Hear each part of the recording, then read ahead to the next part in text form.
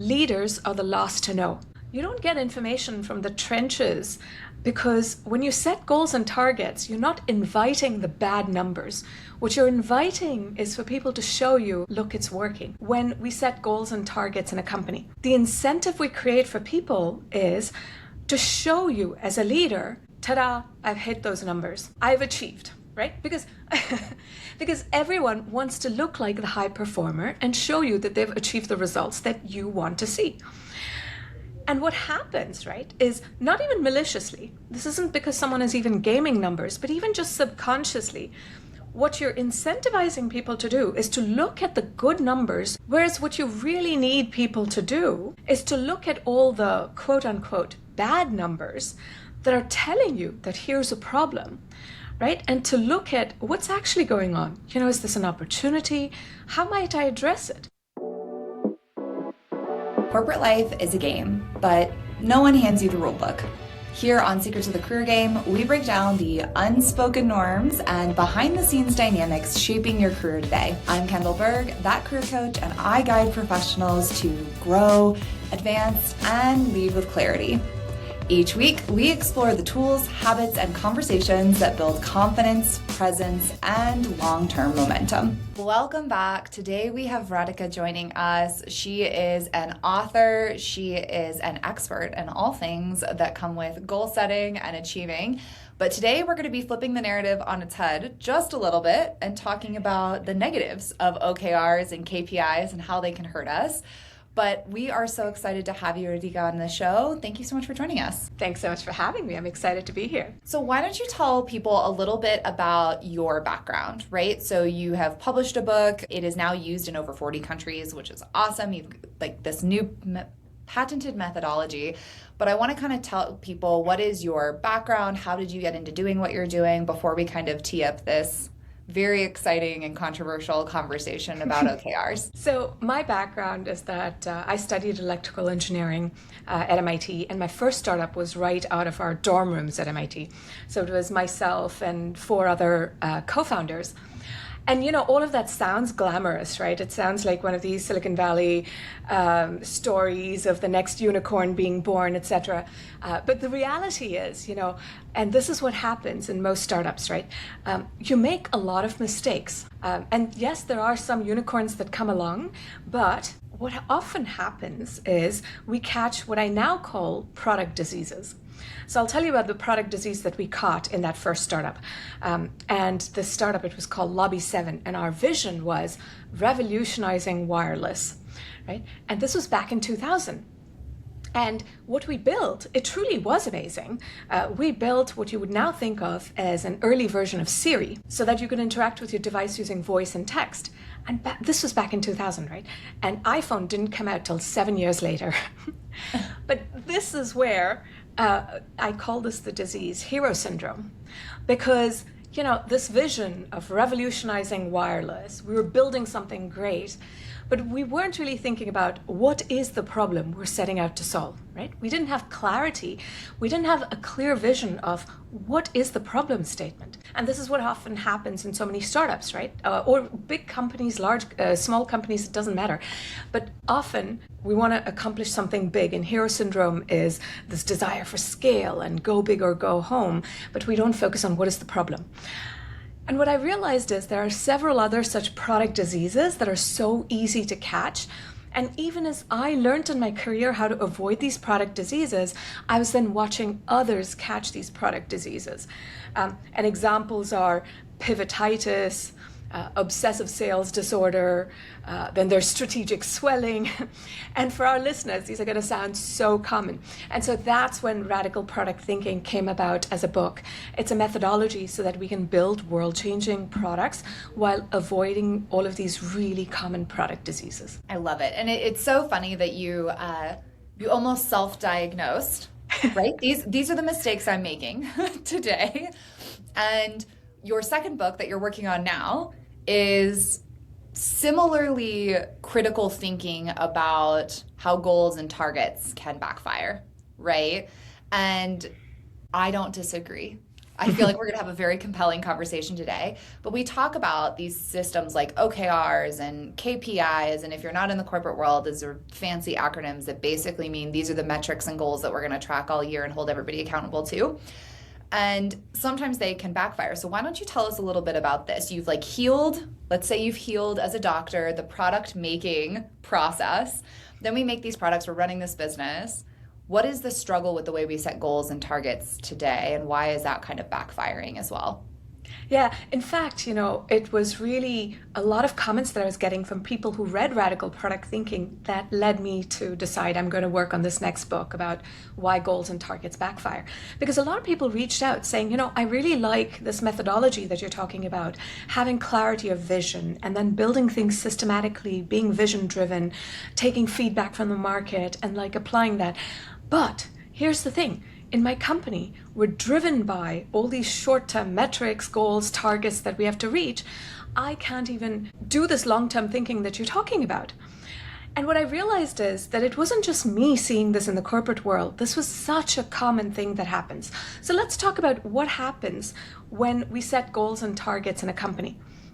Right? When we set a target, the incentive we create for people is to show you as a leader, ta-da, I've hit those numbers. I've achieved, right? Because everyone wants to look like the high performer and show you that they've achieved the results that you want to see.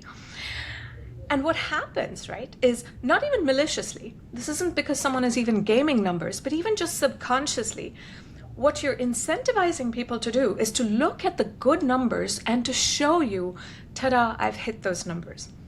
Whereas what you really need people to do is to look at all the quote-unquote bad numbers that are telling you that here's a problem, right? And to look at what's actually going on. Is this an opportunity? How might I address it? And so this is why, by the way, Andy Grove, the legendary Intel CEO, once said in his book, leaders are the last to know. You don't get information from the trenches because when you set goals and targets, you're not inviting the bad numbers. What you're inviting is for people to show you, ta-da, look, it's working. This initiative is working. What we thought we could achieve, yes, we're achieving. Yeah. It's interesting because I've also seen it. I have a client, she and I have talked about this often, where you can also have two departments set goals, the hey, I'm achieving goals, but there can be a way to hit one at the expense of the other. Yeah. Right? Or there can be a way to hit one that actually detracts from the other metric. Because oftentimes these plannings, they happen in silos. We decide this is how I'm going to measure my team. And we don't always think cohesively, right? The big breakdown of silo corporate functions. But I think what's interesting is you're right. We say, okay, I want to make a green number more green. I want to make this yellow number green. I want to take this metric that we're tracking and I want to prove that I can maintain it, hit it, keep it. And we don't always think about the bigger picture of is this making the company better? Yeah. Are we solving these key problems? Are we thinking about our sister and brother departments correctly? And it's funny, you mentioned something when you were talking about your product methodology where you said you had lost sight of the problem you were solving with this Lobby 7 early Siri product, right? And if you're just chasing a metric, you're losing sight of what problem that metric is supposed to solve. And you're just hitting the number for the sake of hitting the number. Exactly. And to this, by the way, a lot of OKR experts will give you a very simplistic solution. They'll say, well, the answer to everything you just described is easy. Instead of setting metrics in silos, you do this as a group. If you just set the right OKRs, then everything will be fine. Right? So let's unpack that. Why do I say that that's not true at all? I'll give you an example. Right? So there was a company that I was working at, and we had sales targets, which, obviously, like most companies, would have sales targets. And if you looked at, and by the way, so this company was Avid Technology. And basically, for those people who haven't heard of Avid, Avid dominated the video editing market. So every movie ever made, especially every Oscar movie ever made, they all used Avid for video editing. We just dominated the market, and we had sales targets. And if you looked at the numbers, our numbers were looking fantastic. Right? But if you just dug a little deeper, here's what was actually happening. We were hitting our numbers because we kept moving further and further into the high end, because our low end was being eroded by Apple and Adobe, who were giving away their software for free. The mid-tier was also being eroded, and so we were forced to go further and further up into the high end. And this strategy worked until it didn't, right? And because we kept hitting numbers and we kept showing, ta-da, it's working, as a company, we kept investing more and more in the video editing business. Doing more of this, we bought another company to be able to go after further high end. We bought another company to be able to go after the low end. But we should have really taken a step back and we should have said, what are these bad numbers telling us? Why are we losing to Apple and Adobe? What's happening in the low end and the mid tier? Oh, wait, their business model is completely different. They don't make money on software, they make money on the hardware or on a suite of other products. How do we rethink our video editing business? Those are the questions we should have been asking, right?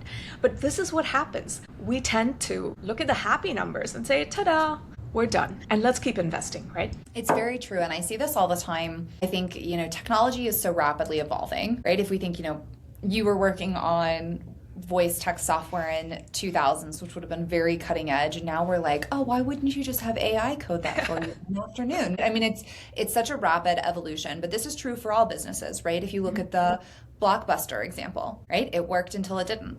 Everybody wanted the experience of going into the store, getting a video, having Pizza Hut delivered, family movie night, right? It was such an experience that very, very rapidly went from a cornerstone of culture to completely obsolete in really 6 months after Netflix began their business and then Redbox came up. It is this point of you have to be looking bigger. And I think if we think of examples of companies that have done this really well, Amazon was a book reseller.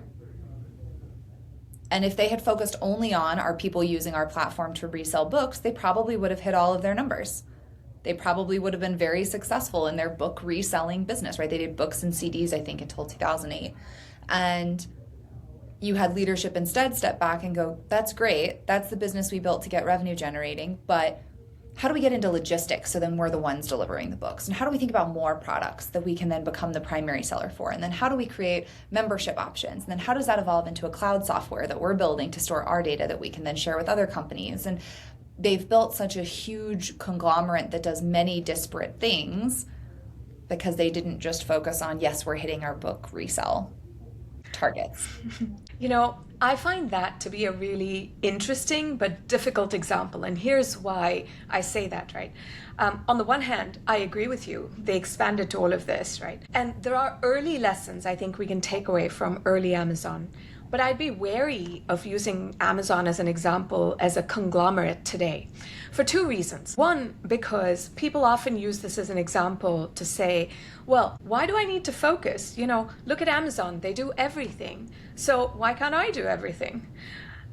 Well, that's because we don't have all the same war chest, one. Second, even if you do have the same war chest, it doesn't mean that we should necessarily go after everything.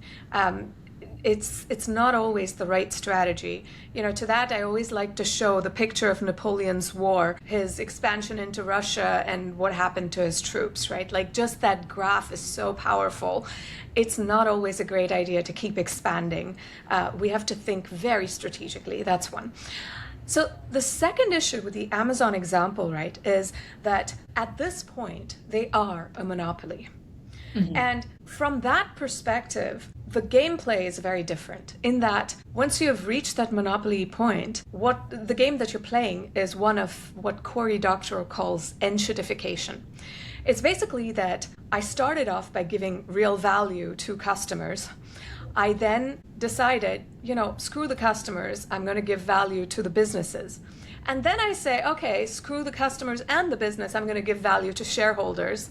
And at that point, your product gets shittier and shittier. This is the concept of enshittification that Cory Doctorow talks about. And if you look at Amazon, what they do now is truly just chasing metrics, right? Mm-hmm. What are the metrics around profitability that I can chase? And so I'll give you one example that might resonate for our listeners, which is just try doing a search on Amazon for any product.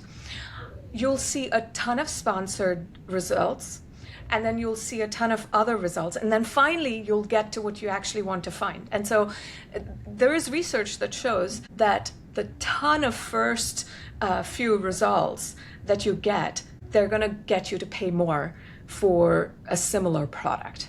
And so this is what I mean by enshittification. And so one thing is, yes, Amazon in its early days did learn how to look beyond just optimizing for metrics. I think that lesson has been lost as Amazon has become a monopoly and they can get away with anything. I 1000% agree with you.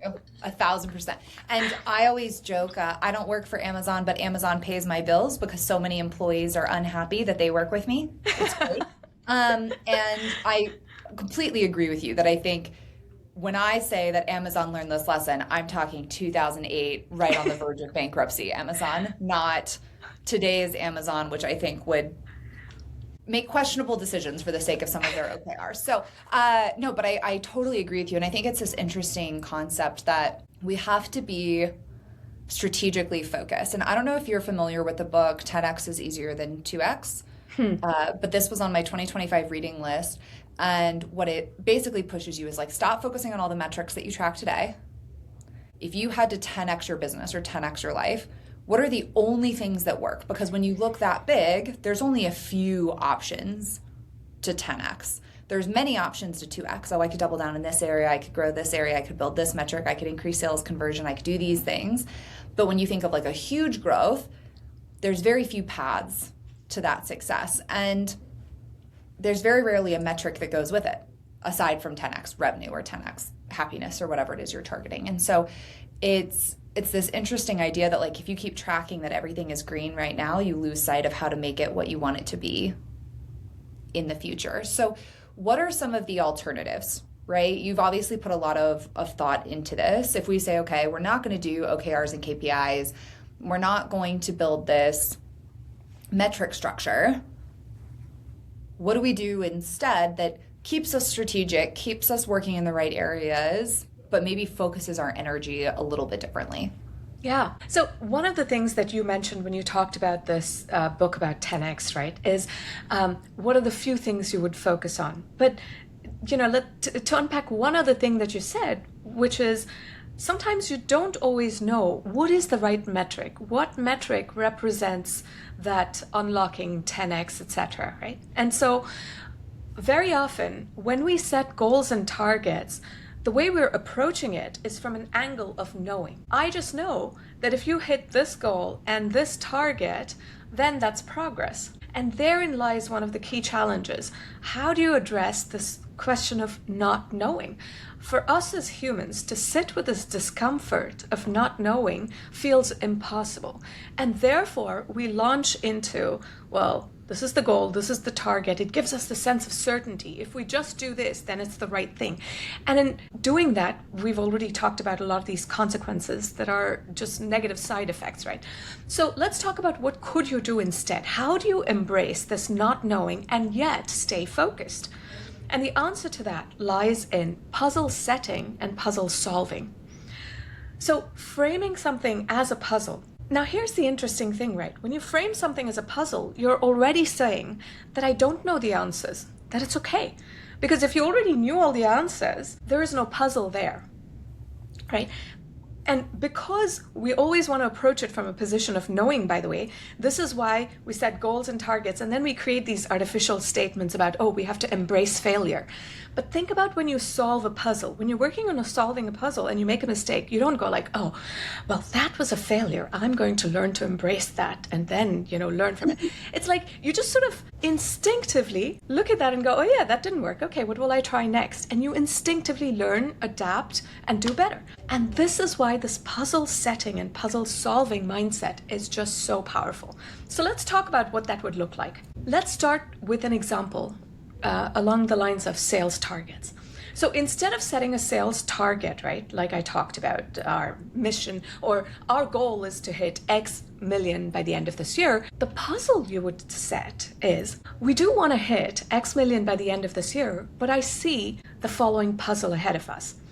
Sales grew in the last 3 years, but in the last year, sales had stalled. So what might be happening? So this is the first observation, right? So this is the observation. So there are 3 O's to puzzle setting. So the first O was this observation. So the observation was sales grew in the last 3 years, but is stalled. The second O is open questions. What are some open questions around this? Why did sales stall? Right? And there may be a bunch of questions I genuinely don't know answers to. Is there something around AI maybe that led to this stalling, that it's affected our market in ways that wasn't obvious? There might be another question, like maybe we were selling to the early adopter, we had really nailed that, but we haven't figured out how to sell to the mass market. Or maybe it's our product, that it worked for the early adopter, but it's not quite the right product market fit for this mass market. So these are some open questions that I have to go and figure out answers to. And then comes the last question. Not the last question. The last O, which is the objective. So the objective is, how do I solve this puzzle so I can get back to the growth trajectory? So these are the 3 O's: the observation, open questions, and the objective, which is the summary. So now that I've set the puzzle, by the way, let me pause there for a moment.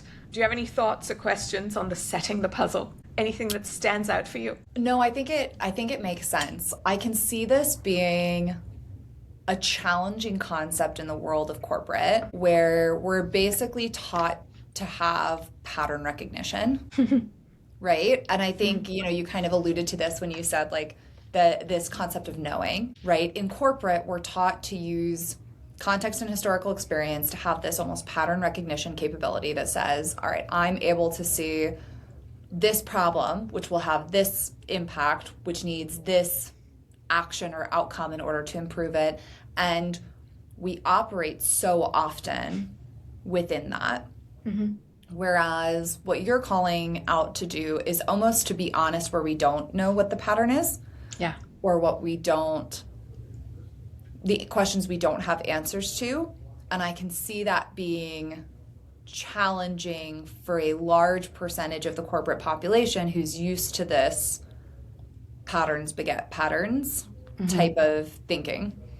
I love what you said. And by the way, this was a really interesting experience that a leader shared with me. So there was a leader at Adidas who was using this puzzle setting with her team. And she said, when I wrote down these open questions as we were talking through them on a whiteboard, my team said, well, shouldn't we already know the answers to this? And she had to say to her team, look, no, we don't know the answers to this. We're going to discover them together. And this is why the puzzle setting part, as a leader, it's really helpful to share with your team that we're going to answer these together, right? Because what you're doing is you're inviting the good and the bad. You're making it okay to ask these open questions so that you can figure out, like you can think. In that 10X book, one of the things is being able to think out of the box. Like you're not just doing what has worked before, but you're taking the time to diverge a little bit, open up the problem space, right? And I'll give an example where we did this at a company. And I can get to that in a moment. One other thing I'll say is, as a leader, when you share this approach of asking these open questions, what you're doing is you're role modeling that we don't always have to have the answers, that people can come to you with really interesting observations and learnings, and that you're actually going to be able to look at it as a puzzle together, right? And that's really powerful as a leader, because now you're inviting the good and the bad. And this is how, you get over what Andy Grove said, that leaders are the last to know. You're inviting the good and the bad so that you will be in the know. Mm-hmm. Yeah, I love that. So now let's get to puzzle solving, right? Because now you've set the puzzle. When you're solving the puzzle, first, now that you have some open questions, you can take some time to observe. So I was working with, I have been working with a company based in Greece. And, this company is in the maritime space. And we had a bunch of open questions. We had to take some time and go observe people who were both using our product, and 2, observe people who are not using our product, right? And even the salesperson was pushing back, saying, you guys should already know the answers to these questions, like what is their workflow? How do these people think and work? But then you ask yourself, wait a minute, if they're people who have never used our product, how can we possibly know what their workflow is like, how they think, etc., right? Like, this is the power of a puzzle that you can't know, and therefore we go observe and learn. So now, once you've observed and learned, next comes your puzzle solving, because now you're ready. You've observed the puzzle and you're ready to make your first attempt. And when you're ready to make your first attempt, you ask 3 questions about this attempt. The first question is, how well did it work? So let's go back to the sales example. You might say, okay, we looked at this puzzle and we said maybe our messaging for sales was resonating for early adopters, but maybe, we just aren't closing the deal because we aren't getting those mass market decision makers in the room. So we're going to try this new messaging. How well did it work? And great, it looks much better. It looks like this messaging is resonating. We're getting meetings with the decision maker. So now we answered that first question. How well did it work? Then comes the second question. What did we learn? So this is where I say, teams are very often, this is where they start delving into numbers. They'll want to tell you, okay, so here's my pipeline, the number of meetings I'm getting, the number of decision maker meetings, blah, blah, blah, right? Like lots of numbers. But I say, great, thank you for those numbers, but I also want the narrative. Tell me the story. What have you learned? And so maybe the narrative here is, okay, so we got those meetings with the decision maker, but we're still not closing the deal because it turns out that there is one other group that in this mass market is associated with the decision maker, but we've traditionally never talked to this group. Okay, so now we have a narrative of what we've learned. Next comes the third question. What will we try next? And this is where I say to teams, if I gave you a magic wand, what would you ask for? And so this is where we think out of the box, where we say, oh, maybe we create a new channel of communication with these associated group, with the decision maker. Maybe we address them in a different way. Maybe we create a webinar to target those people. Maybe it's something that is easily forwardable by the decision makers so that they can get these other people on board really quickly. So we're going to try a few different things. So now we have the answers to these 3 questions. How well did it work? What did we learn? What will we try next? And it almost sets up the next puzzle, right? You can almost see, like, now I know what I'm going to try next, and I can ask those same 3 questions again. So this is the power of puzzle setting and puzzle solving.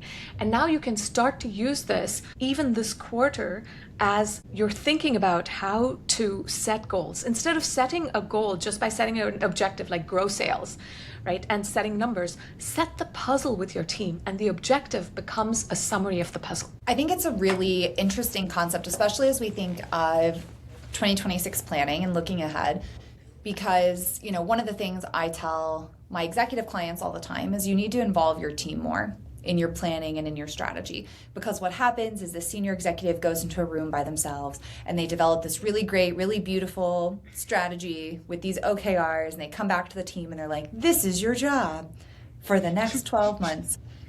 And what you describe with this puzzle setting and this puzzle solving is, this is a group activity. This is engaging your team. This is building two-way trust and communication.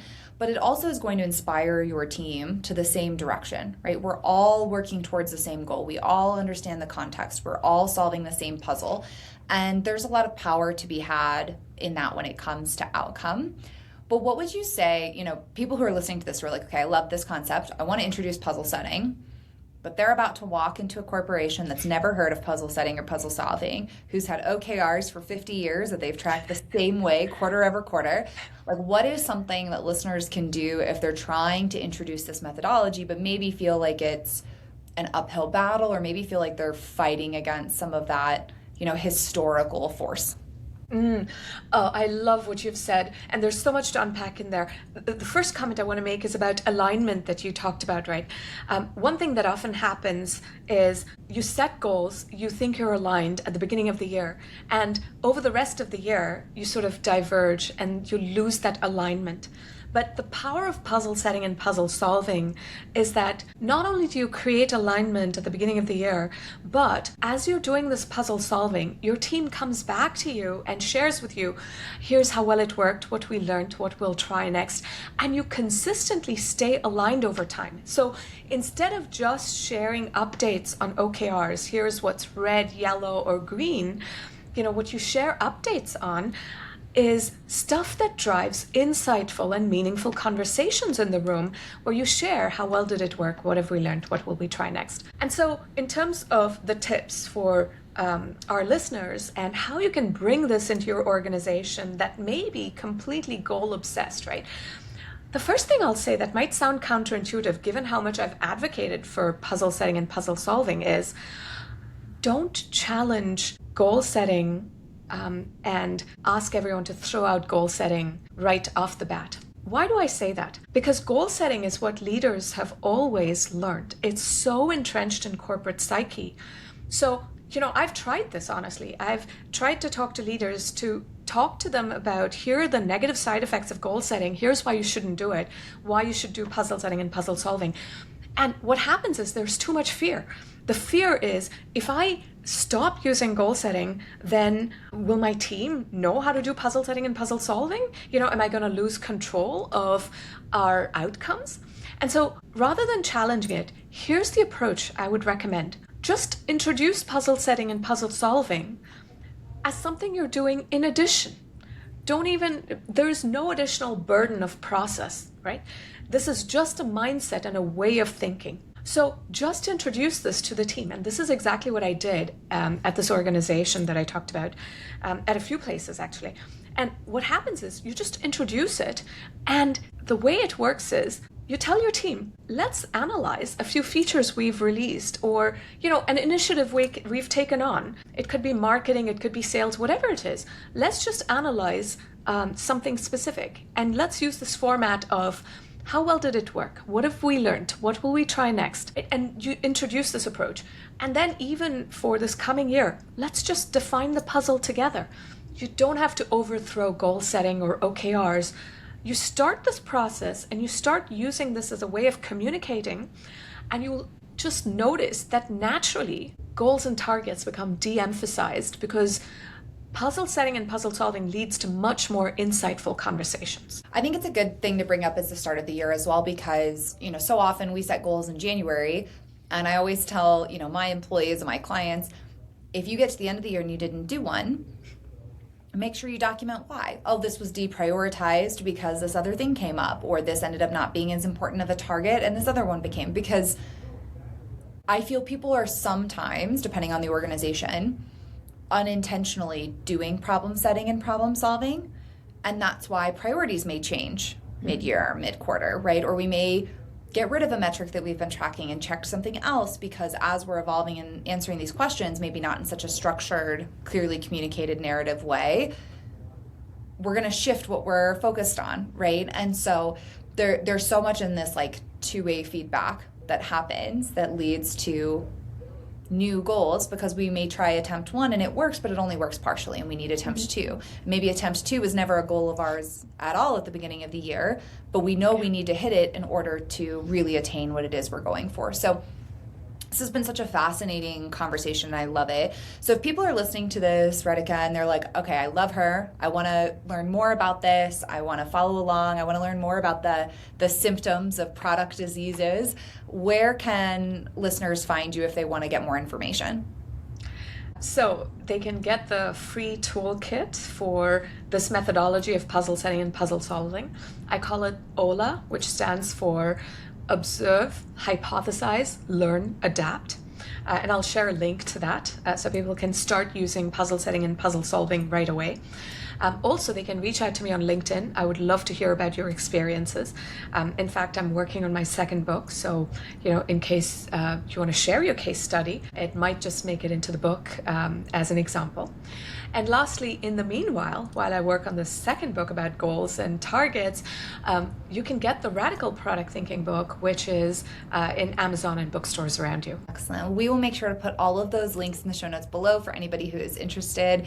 Thank you so much, Radhika, for coming sharing on this show. If you guys listened to this and you loved it as much as we did, make sure you leave 5 stars. If you have any questions for either of us, put them in the comments below so we can get back to you. Otherwise, thank you so much for your time. This was such a lovely chat.